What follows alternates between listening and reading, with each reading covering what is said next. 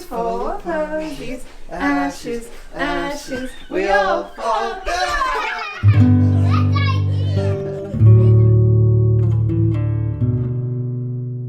Our ultimate fear, my ultimate fear, is what happens after we're no longer here. Both of them, I want to be able to send them off to be independent. The biggest fear was really just the unknown of the future.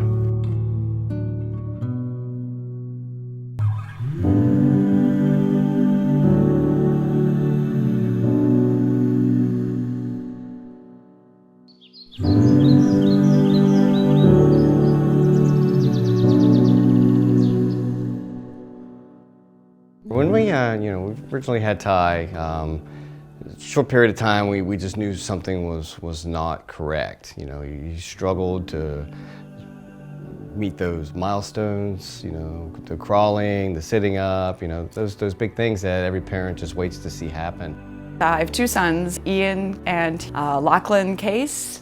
Initially, for Ian being in second grade, he was having really horrible behaviors in school. We were just like, what is going on? And so the challenge was, like, oh my gosh, our world is falling apart, and what is this?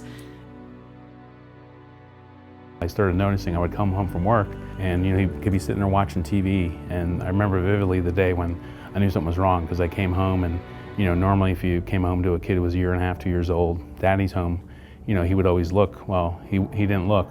Some of the things that we saw that didn't seem quite right is he would line up his toys around an oval rug we had in the living room, and he would put them back systematically into this bin, and then he'd take them back out, and he played really like that. You could leave him for hours and he would do that. We learned early on that they have expectations. They like things the same way all the time. We all like familiarity, but they like it even more. It gives them comfort, it gives them structure. Christian still liked the structure. He was working a couple part-time jobs.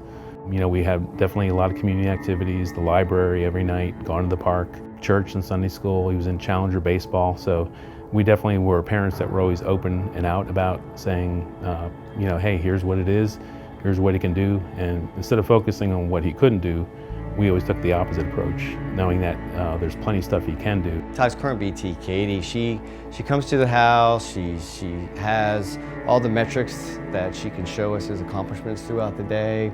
We know what to expect. He is held to a program, he's held to a standard. He always walks away with an improvement each day, whether it's little, huge, he walks away with something that's improved from yesterday.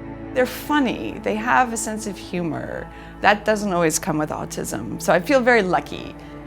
I really think that both of them, because of their unusual way their brain works, I think they have the ability to go on to do really great things. We wrestle around on the ground just about every day, tickle, laugh. He just starts to watch baseball, and then I sit it down with him, and then as soon as people start to cheer, he starts to clap, and we look at each other, and it's just, wow, this is really what makes our day. Getting into the house has just been phenomenal, and we couldn't be prouder, because he's now living semi-independently, works well with all the people he's working at, holding part-time jobs, plenty of volunteer opportunities. He's doing things like Meals on Wheels and working at the food bank, Ronald McDonald House, Hershey Library, so really it's being part of a community. He's worked really hard to get himself to where he is, and so I'm very proud of him. I feel like Lachlan, we're still struggling, but he does play piano, and he's good at it, and I'm really proud. It's not been an easy road, and he enjoys listening to the music. Ian has, he's won spelling bee, he's done science fair and championship.